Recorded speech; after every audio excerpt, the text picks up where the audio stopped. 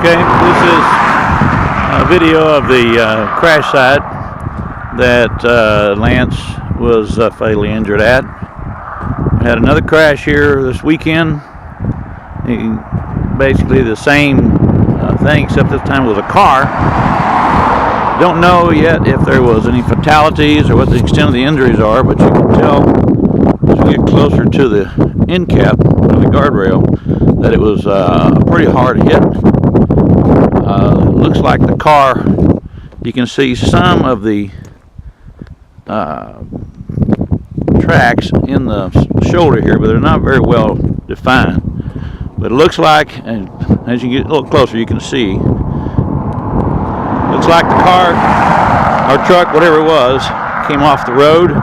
There's some tire marks right here, and began to swerve back onto the road. But that's when he encountered the ENDCAP.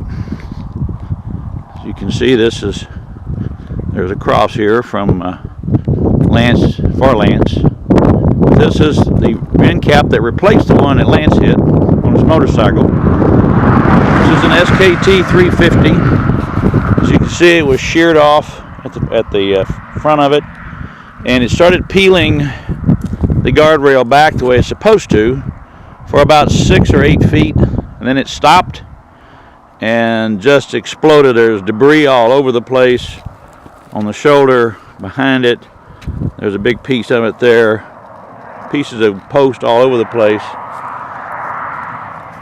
This guardrail and this ENDCAP did not work because it's supposed to stop the vehicle. In this case, the vehicle kept going and headed out onto the road. It's hard to see it now because of the sun so bright, but there's a whole lot of skid marks up and down the road for about 150 feet maybe. As a matter of fact, it even looks like it might have actually dented or hit the guardrail again a little bit farther down there before the vehicle came to a stop. We don't know if there's any injuries yet.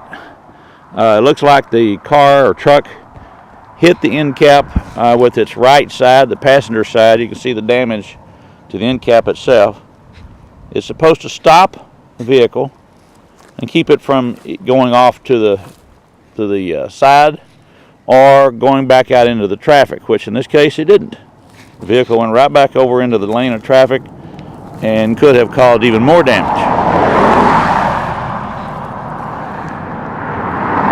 You may note that if you look right down the side of the embankment there is a tree. If I can get it focused in a little bit. A dead tree. That tree, according to TxDOT's engineering report, was part of the reason that this guardrail was built in the first place. A tree that is now dead. The guardrail is doing nothing because, as you can see, you can drive right off to the side of it and go right off into the ravine as if the guardrail wasn't even there. Matter of fact, I've proven that before with my truck. The guardrail is too short. It should be at least 150 feet longer, back up the hill and curve, so that it would actually have caught this vehicle and guided him back onto the road rather than having to encounter the ENDCAP as he did. I would imagine there was some pretty serious damage to the vehicle. Like I said, we don't know yet what the details of the accident. Yeah, TxDOT, or DPS has not released anything that we know of, so we're still looking. But you can see how this thing works. The sled just supposed to collapse, and the guardrail is supposed to go up that channel, just keep peeling back. It was supposed to just keep peeling and slow the vehicle down to a stop. Doesn't work. There's your SKT 350 tag. This is the one that replaced the one that Lance hit. So keep in mind too that we have met personally twice with TxDOT officials about this very site. We've gone over new engineering drawings, We've given them our take on how these rails do not work, what they should do. As you can tell, they've done nothing but put up a new guardrail. Between October 6, 2016, when Lance died, and this past Friday night when this occurred, which was January the 27th, possibly the 28th, there have been 9 Texans dying every day on Texas roadways.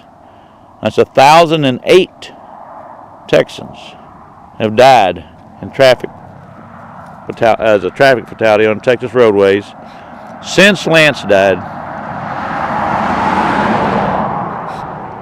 How many more have got to perish before TxDOT does something about these guardrails? This guardrail does nothing but kill people.